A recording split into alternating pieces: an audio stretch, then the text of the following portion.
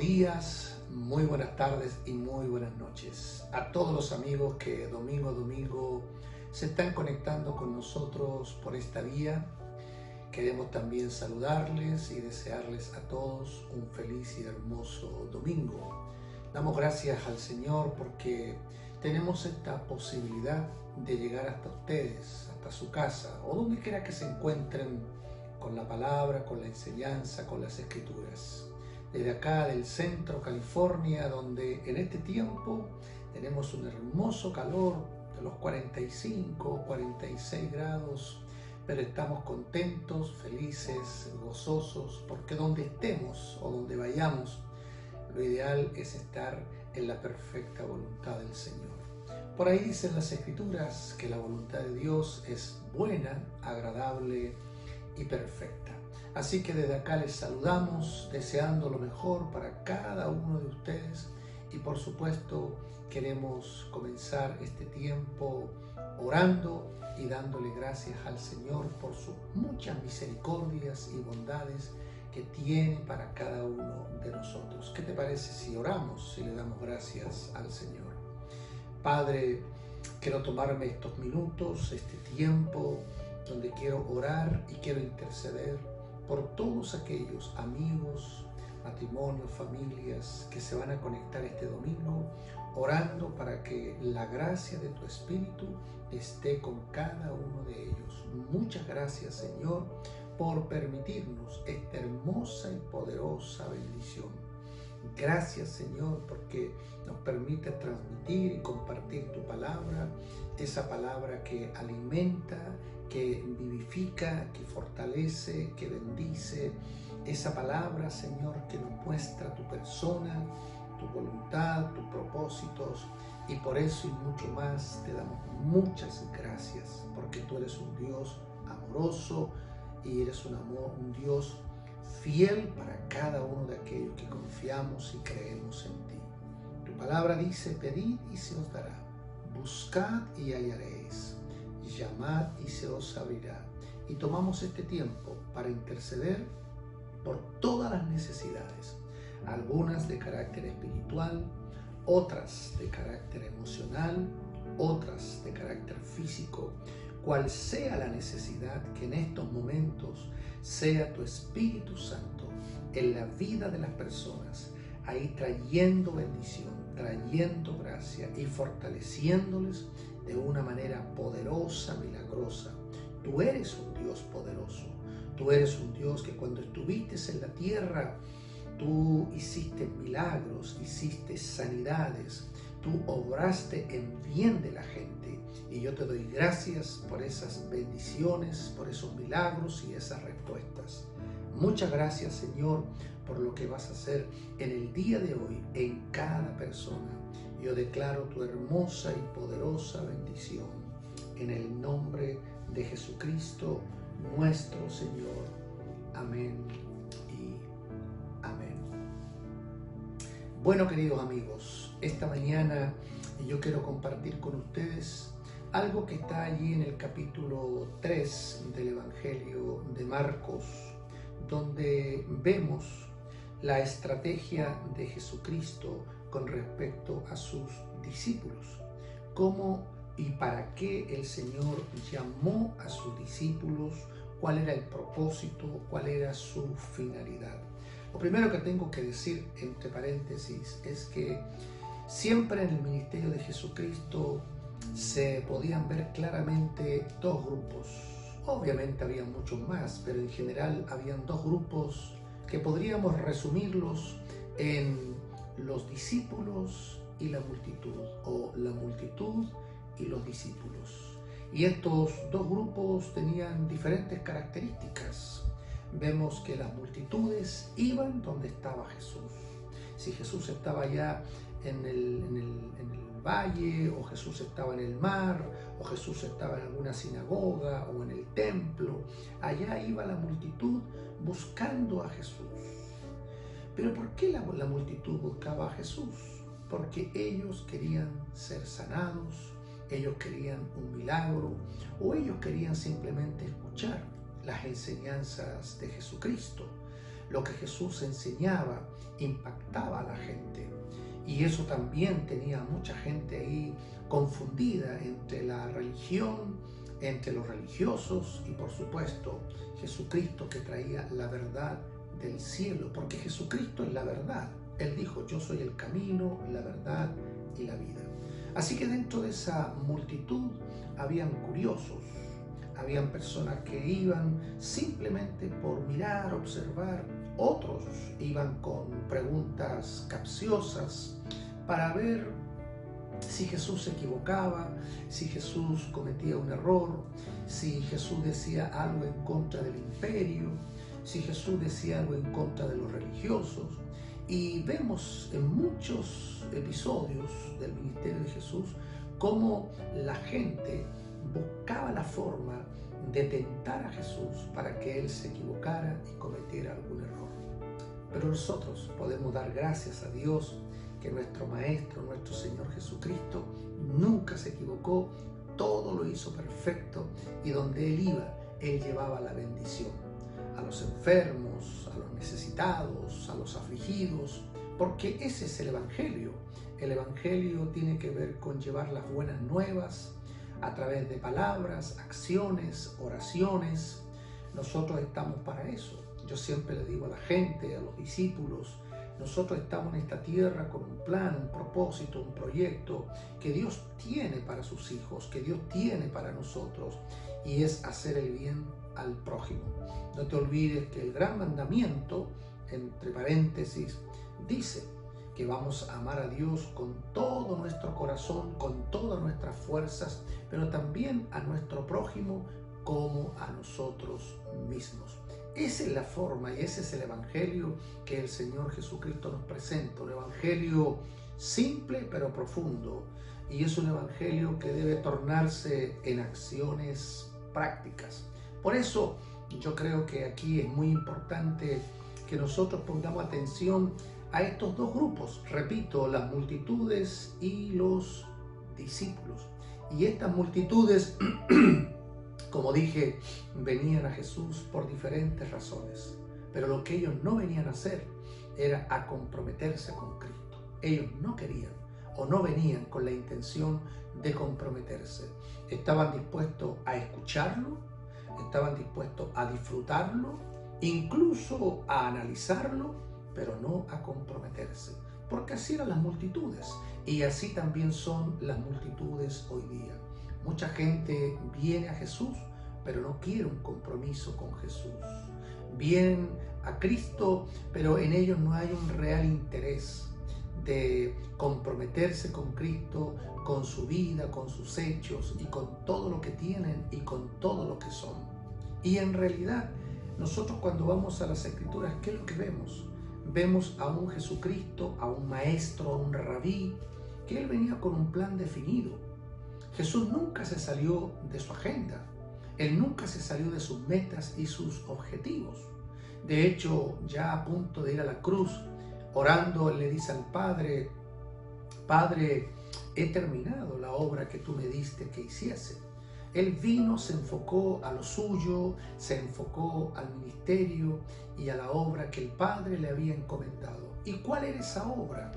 Redimir a Israel y a las naciones, traer salvación a todo aquel que creyera en Él, y en esa salvación, por supuesto, traer la bendición de Dios.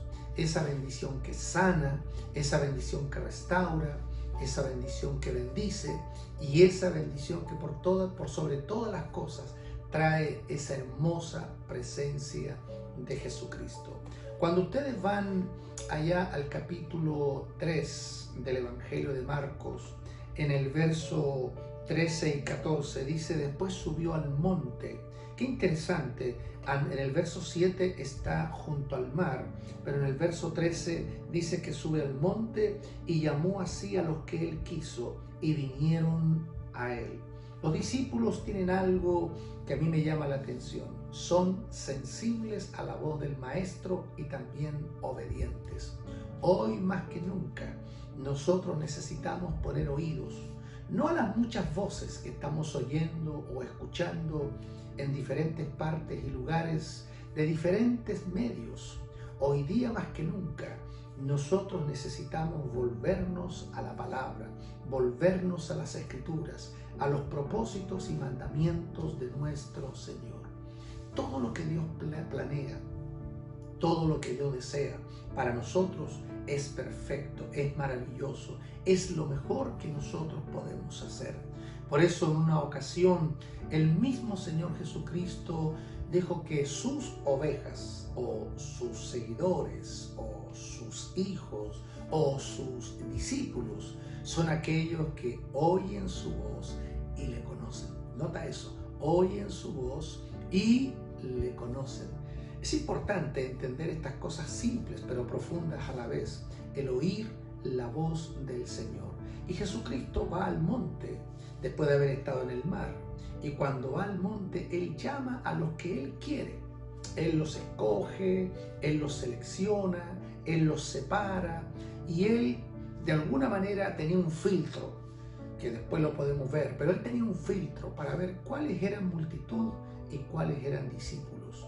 Cuáles eran aquellos que estaban dispuestos a dar su vida por el Maestro y por la causa del Maestro, y quiénes eran aquellos que lo iban a negar a la primera situación difícil o complicada.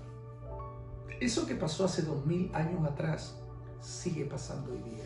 Hay mucha gente que tiene como esos encuentros emocionales, agradables, simpáticos con Jesucristo, pero sin llegar a un punto de comprometerse, sin llegar a un punto de estar dispuesto a darlo todo por el Señor. Ahora, mira lo que dice el verso siguiente. Dice, y estableció a 12, los 12 discípulos que tú conoces. Dice, estableció a 12 para que estuviesen con Él y para enviarlos a predicar. ¿Qué podemos sacar de este verso? Primero, yo veo acá dos propósitos. El término para tiene que ver con objetivo, tiene que ver con meta. Y dice que Él separó, Él apartó a 12 para que estuviesen con Él y luego para enviarlos a predicar. Esta semana yo estuve conversando con un grupo de personas y hablando de la importancia de la intimidad con Cristo, la importancia de esa comunión con Jesucristo, de conocer a Jesucristo, que Él se convierta para nosotros en ese amigo, en ese confidente, en ese padre, en ese compañero de jornada, que donde vayamos o donde estemos, saber que contamos con Él. Hacer de Jesucristo ese cómplice con el cual nosotros sabemos que contamos. Y lo interesante de esta intimidad que comienza con Jesucristo, la intención de Jesucristo es llamar a estos 12 para que pasen tiempo con Él, para que lo conozcan, para que sepan quién es el Maestro, cuáles son sus planes, cuáles son sus deseos, cuáles son sus proyectos, cuáles son sus metas, cuáles son sus objetivos. ¿Y por qué digo esto? Porque hoy día estamos en una sociedad un tanto egoísta, donde parece que las preferencias son las nuestras, pero no las de Dios. Hoy día pareciera que el lema primero yo, segundo yo y tercero yo se hace cada vez más fuerte, se hace cada vez más, se acentúa mucho más en nuestra sociedad, donde pareciera, como dije, que todo gira en torno a nosotros. Pareciera que el mundo existe por nosotros y para nosotros. Pero cuando nosotros vamos a las Escrituras, cuando vamos al pensamiento de Dios, principalmente lo que Dios nos revela a través de Jesucristo, vemos que los hijos de Dios, nosotros, estamos para servir. Jesucristo lo dijo, yo no he venido a este mundo para ser servido, sino para servir, para proveer, para atender las necesidades de los demás, para ayudar al necesitado, para ayudar al afligido, para ayudar a aquel que a lo mejor necesita de nosotros una palabra, una oración, una ofrenda u otro tipo de ayuda. Sea como sea, Yo creo que cuando vemos el modelo que es nuestro Señor, nosotros aprendemos como sus seguidores que estamos en esta tierra no solo para pensar en nuestras propias necesidades, porque también quiero poner esto en equilibrio. Esto no significa que yo voy a preocuparme tanto de la gente que deje de proveer para mi casa o deje de proveer para mi familia. Obviamente, el orden, las prioridades comienzan con mi esposa, con mis hijos, mi familia, mi entorno, etcétera, etcétera. Pero por supuesto, en lo que Dios nos provee, en lo que Dios nos permite, en cuanto a tiempo, en cuanto a habilidades, capacidades o recursos financieros, que nosotros también podamos estar abiertos para compartir con otros ese granito de arena que le va a ayudar, ese granito de arena que le va a servir. Aquí, literalmente en este verso, dice que el Señor los llamó para que estuviesen con Él y para enviarlos a predicar. El deseo de Jesucristo es que nosotros llevemos su mensaje, el mensaje del Evangelio, el mensaje de las buenas nuevas, las buenas noticias, el mensaje del reino de Dios a aquellos que lo necesitan, a aquellos que hoy día necesitan oír ese mensaje. ¿Por qué digo esto? Porque la gente puede tener hoy día abundancia de muchas cosas, abundancia de cosas materiales, abundancia de tecnología, abundancia de diversidad o diversiones. Mire, la gente hoy día se puede entretener en cualquier cosa. Hoy día la gente tiene teléfonos, tiene computadores, tiene juegos virtuales, etcétera, etcétera. Tiene parques de diversión, más en este país, acá en Estados Unidos, donde están esos parques donde usted paga y usted va y tiene su tiempo de diversión. Eso es lo que hoy día nosotros tenemos, una gama, una feria, por no decir un supermercado de diversiones, donde la gente se puede divertir de muchas formas y de muchas maneras. Pero Jesucristo, cuando llama a sus discípulos, los aparta y los selecciona, dice que los aparta para que vayan y prediquen. Para eso los aparta. Primero para que estén con Él. Eso es la comunión, eso es la intimidad, eso es conocerlo a Él a través de la oración, a través de la palabra, a través del congregarnos juntos, poder compartir la presencia del Señor. Él dijo, donde hay 2 o 3, donde se juntan, se congregan, se reúnen en una célula, en una casa iglesia, en un templo, donde se juntan 2 o 3, allí estoy yo, en medio de vosotros. Yo tengo un grupo de varones allá en Mexicali, donde nos reunimos lunes a lunes y tenemos un hermoso tiempo, donde ahí yo veo un ambiente, una atmósfera de confianza, de amistad, de compañerismo, donde podemos juntos hablar, alentarnos, animarnos unos a otros y tocamos la palabra de manera simple, a veces profunda, pero de manera simple, donde la podemos hacer viable y práctica para nosotros. Porque de eso se tratan los grupos pequeños, de que ahí nos retroalimentemos, de que ahí crezcamos, de que ahí avancemos. Un compromiso más con Cristo y por supuesto un compromiso con la palabra y un compromiso con el cuerpo de Cristo. Yo siempre le digo a los varones, de esos compromisos nosotros nunca tenemos que divorciarnos, nunca tenemos que alejarnos ni apartarnos. Ese compromiso con Cristo, que es la cabeza, el cuerpo de Cristo, que es la iglesia, y la palabra de Cristo, que es tan importante para cada uno de nosotros. Pero vuelvo al tema. Jesucristo los escoge. ¿Y los escoge para qué? Para que vayan y prediquen. ¿Y cuál era el mensaje de los discípulos? Ya lo hemos dicho muchas veces. El predicar el reino de los cielos. Ese era el mensaje central. Y ese mensaje, ¿qué es lo que generaba en la gente? ¿Y qué es lo que genera hoy día en las personas? Ese mensaje, cuando llega a las vidas, genera cambios. Y cambios drásticos, cambios importantes, cambios significativos. Por ejemplo, allá en Hechos 9 nosotros encontramos a un Saulo, un perseguidor de la iglesia, se encuentra con Jesucristo, recibe el mensaje de Jesucristo y de perseguidor se convierte a perseguido. Desde un religioso acérrimo, extremo, se convierte en un discípulo de Jesucristo, en un aprendiz, en un hombre que comienza a conocer las Escrituras, a recibir la revelación del cielo de parte de Dios, del Espíritu Santo, y a conocer más de este Jesucristo que se había encontrado con él camino a Damasco.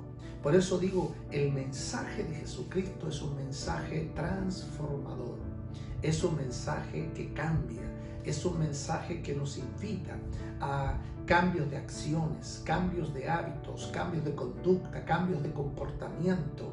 Pero eso no es algo que nosotros producimos o algo que nosotros generamos. Es una obra del cielo, es un nacimiento del cielo, es una obra del Espíritu Santo. Y cuando nosotros vivimos esa etapa, ese nuevo nacimiento, ese milagro, esa experiencia, después de haber oído ese mensaje, entonces ocurren algunas cosas en nuestro interior. Como por ejemplo, ya lo dijimos, nacemos de nuevo. Nacemos de nuevo cuando el Espíritu Santo se conecta con el espíritu humano, lo activa, lo despierta, lo resucita, y en ese momento nosotros podemos entender de manera práctica y consciente que hemos nacido de nuevo. Jesucristo lo dijo de esta manera: el viento sopla de donde quiere y oyes su sonido, mas ni sabes de dónde viene ni a dónde va. Así es todo aquel que es nacido del Espíritu. Ese nuevo nacimiento, ese activar, ese despertar, ese resucitar de nuestro espíritu que estaba muerto, pero que resucita a través del Espíritu Santo, le llamamos también conversión o regeneración o recreación o nuevo nacimiento. Pero juntamente con ese nuevo nacimiento, nosotros recibimos una nueva conciencia. Mire qué interesante. Aparte de esa nueva conciencia, ahora tenemos la conciencia de Cristo, una conciencia sensible, una conciencia espiritual, dada del cielo también. También nosotros recibimos una activación a nuestros sentidos espirituales. Mira los 3 eslabones que te he comentado. El nuevo nacimiento te trae una nueva conciencia, y en esa nueva conciencia también se activan nuestros sentidos espirituales para oír y para ver lo que Dios tiene preparado para cada uno de nosotros. Por eso nosotros en ese tiempo, en ese momento, en ese instante, es cuando estamos preparados y listos para ir recibiendo la palabra, entendiendo la palabra, asimilándola, haciéndola parte de nosotros y por supuesto reproducirla en los diferentes entornos donde nosotros nos encontremos. Porque no te olvides que el Evangelio es transversal. El Evangelio atraviesa toda nuestra vida matrimonial, nuestra vida laboral, nuestra vida social, nuestra vida profesional, nuestra vida ministerial. Todas las áreas de nuestra vida afectan positivamente el mensaje de Jesucristo. Pero decía entonces, el Señor envía a estos discípulos a predicar. ¿Y qué les envía a predicar? El mensaje del reino. Cuando tú continúas leyendo el Evangelio de Marcos, te vas a dar cuenta que en el capítulo 6, o sea, 3 capítulos más allá, hablando de capítulos, pero en tiempos es distinto, desde el capítulo 3 al capítulo 6, vemos que Jesús se toma un tiempo donde Él va equipando, preparando y discipulando a cada uno de estos hombres que Él llamó. En el capítulo 6, Él los envía y los comisiona a predicar. Y predican el mensaje que Jesús dice que prediquen. Ellos hacen señales, sanan enfermos, echan fuera demonios, están sorprendidos, están contentos, están felices, porque eso es lo que hace también el mensaje de Cristo. Y predicar el mensaje de Cristo trae satisfacción, trae alegría. El hecho de orar por la gente que sea sanada, el que la gente reciba restauración, el que se reconcilien los matrimonios que están por separarse, o el que se restauren relaciones. Todo eso para nosotros es una satisfacción, es como una especie de un pago, una recompensa por lo que estamos haciendo, que en este caso es llevar el mensaje de Jesucristo, que es un mensaje, como dije, restaurador, un mensaje que renueva y que bendice a esas vidas y corazones. Esos discípulos predicaron, volvieron y le entregaron a Jesús un informe. Jesús, por supuesto, contento, feliz por lo que sus discípulos habían hecho, pero después tú te vas al capítulo 16. Mira, ¿cuál es el orden? Capítulo 3, Él reúne a sus discípulos para que estén con Él y luego para enviarlos a predicar. En el capítulo 6, Él los comisiona, pero ¿a dónde los envía? A la casa de Israel, a la nación de Israel, a los judíos. Y ellos entonces predican, y como dije, gente se sanó, gente se liberó, gente se restauró y personas se convierten en discípulos de Jesucristo. Pero después en el 16, Jesucristo los comisiona a las naciones y Él les dice, vayan y prediquen a todas las naciones. Eso quiere decir que el mensaje de Jesucristo no puede quedarse en nuestros propios territorios, no puede quedarse en nuestros propios entornos. El mensaje de Jesucristo tiene que ir mucho más allá, tiene que extenderse. Es como el agua para los sedientos, es como la lluvia en el tiempo de sequía. El mensaje de Jesucristo tiene que ir más allá. Por eso el Señor Jesucristo siempre invita a sus discípulos para que donde vayan o donde estén, prediquen el mensaje del reino. Cuando tú vas al libro de los Hechos, por ejemplo, allá en el capítulo 1, en el verso 8, respondiendo una pregunta de los discípulos antes de ascender, Él les dice a sus discípulos, ustedes van a recibir el Espíritu Santo y me van a ser testigos en Jerusalén, en toda Judea, en Samaria y hasta lo último de la tierra. ¿Qué es lo último de la tierra? Los gentiles. Lo último de la tierra, lo indeseable de la cultura judía o de los judíos ortodoxos. Usted comienza a analizar los judíos, incluso en el libro de los Hechos, tuvieron serios problemas para que el evangelio continuara y se extendiera a los gentiles. Y yo doy gracias a Dios porque Él levantó un Pablo con una visión mundial, con una visión global, un Pablo que no tiene límites, un Pablo que va mucho más allá. Yo esta semana enseñaba a un grupo y yo les decía que si nosotros estudiáramos el libro de los Hechos, perfectamente lo podríamos estudiar en dos partes. Hechos tiene 28 capítulos y curiosamente termina con un Pablo en una casa arrendada enseñando y predicando el evangelio del reino, o sea, extendiendo el mensaje. Pero estos 28 capítulos perfectamente los podríamos dividir en dos partes. La primera parte, capítulo 1 al 12, el protagonista es el apóstol Pedro, y la segunda parte, el protagonista es el apóstol Pablo. ¿Quién es el autor del libro de los Hechos? El mismo que escribe el Evangelio de Lucas, que soberana y divinamente Lucas fue discípulo de Pedro y también fue discípulo de Pablo. Comienza con Pedro y termina con Pablo. Esas cosas no son casualidades, eso es soberanía de Dios. Es la divina presencia y soberanía de Dios operando en esas cosas que nos parecen insignificantes. Entonces, cuando tú revisas el libro de los Hechos, te das cuenta que en la primera parte el Evangelio casi se concentra en la casa de Israel. Jerusalén, Judea y hasta Samaria, el capítulo 8.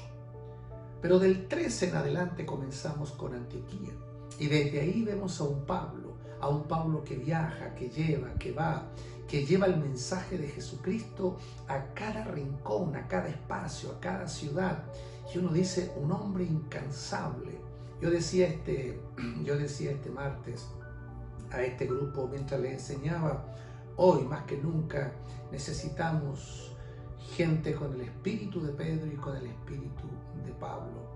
Hombres que vayan de manera incansable llevando el mensaje, la palabra a las casas iglesias, donde se abran puertas, en un colegio, una escuela, universidad o un espacio familiar donde haya alguien que quiera escuchar la palabra, o alguien que en un hospital quiera recibir la palabra, escuchar, entender, aprender.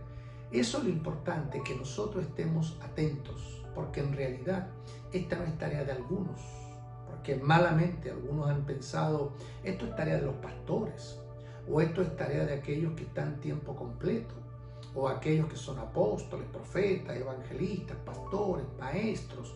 No, esto es tarea de todos, del cuerpo de Cristo, de la iglesia, de tu persona, de mi persona y de todos aquellos que nos creemos y decimos que somos hijos de Dios. La comisión o la gran comisión no es para algunos, es para todos. Y Jesús dijo en esta gran comisión que vayamos y hagamos discípulos a todas las naciones. Entonces, Hechos, 28 capítulos, los primeros 12, Pedro, los segundos que son del 13 al 28, Pablo. Pedro tenemos un evangelio en Jerusalén, en Israel, pero Pablo tenemos un evangelio que se extiende, que va mucho más allá. O sea, necesitamos también hombres con esa mentalidad, con esa visión, hombres que tienen una capacidad, una sensibilidad de entender que el evangelio de Jesucristo es para todos, para ricos y pobres, para cultos e incultos, para gente muy preparada y para otras no tan preparadas. El evangelio es para todos. Lo importante del evangelio es que tiene un poder transformador. Cuando el evangelio llega a una persona, lo menos que hace con esa persona es que la cambia, la transforma, la hace otra persona. No es el pastor quien la cambia, no es el evangelista quien cambia a esa gente, no es la congregación la que cambia a esas personas como muchos creen. Es el poder del evangelio, es el poder del Espíritu Santo, es la palabra actuando y siendo efectiva en la vida de las personas.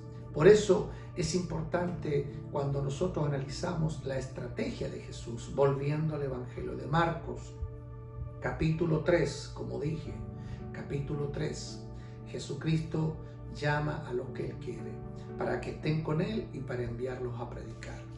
Capítulo 6, los envía a la casa de Israel para que vayan, prediquen y oren por los enfermos y los sanen. Capítulo 16 es para que vayan a todas las naciones. Cierro con esto. El Señor no habría enviado a estos discípulos en el capítulo 16 si no hubiesen sido fieles en el capítulo 6. Dicho de otra forma, si los discípulos no hubiesen cumplido, no hubiesen obedecido y no hubiesen sido fieles en la evangelización para la casa de Israel, entonces no estaban preparados para ir a todas las naciones. Pero al revés, todo lo contrario, como ellos fueron fieles en predicar el mensaje, fueron valientes en llevar la palabra, en ir casa por casa, llevando la paz de Jesucristo, la bendición del Señor. Algunos aceptaban, otros rechazaban. Jesús se los advirtió, se los adelantó, se los dijo. Y eso pasó ayer y va a pasar también hoy día. Gente va a escuchar y gente no va a escuchar. Gente va a querer y otros no van a querer.